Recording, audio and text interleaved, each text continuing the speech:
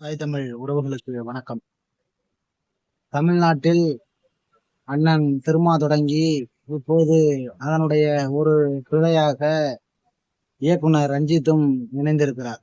திருமாவா ரஞ்சிதா என்று போட்டி இருப்பதாக பலர் பேசுகிறார்கள், செய்திகள் வருகிறது. உண்மையில் இவர்கள் பேசக்கூடிய கருத்தியம் என்பது தேசிய இனத்திற்கு, அதாவது தமிழ் தேசியத்திற்கு, தமிழர்களுக்கு, தமிழ் மொழிக்கு எதிரான நமது தெற்குக்குடி உறவான தமிழர்களை, ஈழத் தமிழர்களை ஈழத்தில் கொன்றொழித்த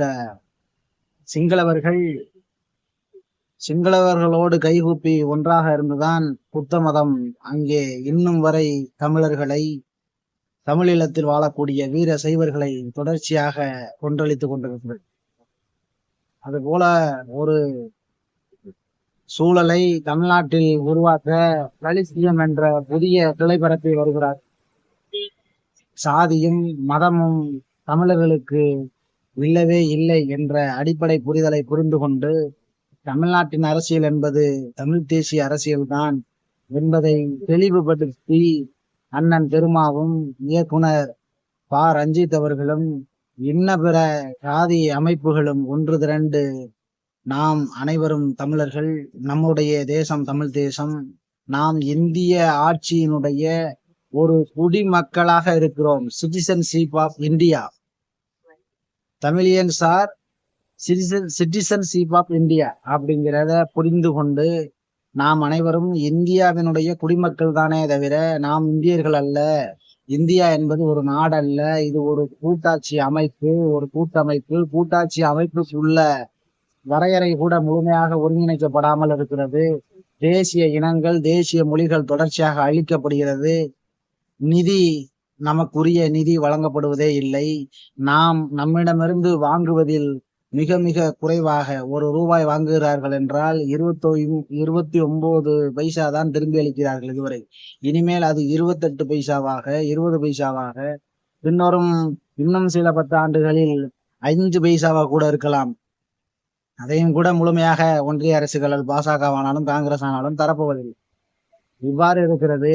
நமக்கான சிக்கல் என்பது தேசிய இன சிக்கல். தமிழர்களுக்கு தொடர்ச்சியாக அண்டை மாநிலங்களில் இருக்கக்கூடிய சிக்கல் என்பது நீர் சிக்கல். அந்த நீர் சிக்கல் என்பது வெறும் நீரை தரவில்லை என்பது மட்டுமல்ல, அவர்கள் ஒரு இனமாக ஒன்று கூடி நிற்கிறார்கள். அண்டை மாநிலங்கள் ஆகிய கர்நாடகாவாக இருக்கட்டும், இல்லை கேரளாவாக இருக்கட்டும், அங்கெல்லாம் நமது காவிரி சிக்கல் இருக்கிறது, முல்லை சிக்கல் இருக்கிறது, செண்பகவல்லி அணை சிக்கல் இருக்கிறது. இங்கெல்லாம் அவர்கள் நீரை நமக்கு கொடுக்காமல் வீணடிக்கிறார்கள். காரணம், அவர்கள் நம்மளை தமிழர்களாகத்தான் பார்க்கிறார்கள். நாம் தமிழர்கள் தான், நாமும் அதைத்தான் சொல்கிறோம். இந்த புரிதல் தமிழ்நாட்டில் வாழக்கூடிய ஒவ்வொரு மக்களுக்கும் வர வேண்டும்.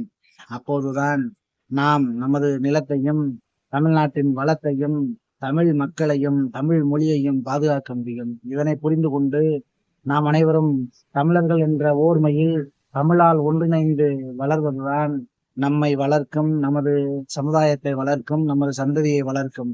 இதை புரிந்து கொள்ள வேண்டும். மாறாக சாதி அரசியல் பேசுவதோ, மத அரசியல் பேசுவதோ நமக்கு இழுக்கு இழுக்கு இழுக்கு. அதை விட்டொழிப்போம். அனைவரும் தமிழ் மொழி, தமிழ் பற்று கொள்வோம். தமிழ் மொழி பற்று, தமிழ் இனப்பற்று கொள்வோம். நாம் வெறி கொள்ள வேண்டியதில்லை. கன்னடர்கள் போல, மலையாளிகள் போல நாம் மொழி பற்று கொண்டாலே போதும்.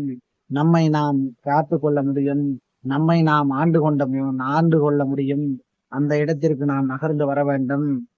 ஐயா, இப்போது முதலமைச்சராக இருக்கக்கூடிய ஐயா ஸ்டாலின் அவர்கள் ஓரிரு நாட்களுக்கு முன்பு தமிழ்நாட்டில் எங்கே பார்த்தாலும் முழுவதுமாக தமிழ் இருக்க வேண்டும் என்று அறிக்கை எல்லாம் விட்டிருக்கிறார். இந்த அறிக்கை வரவேற்கத்தக்கதுதான், பாராட்டக்கூடியதுதான்.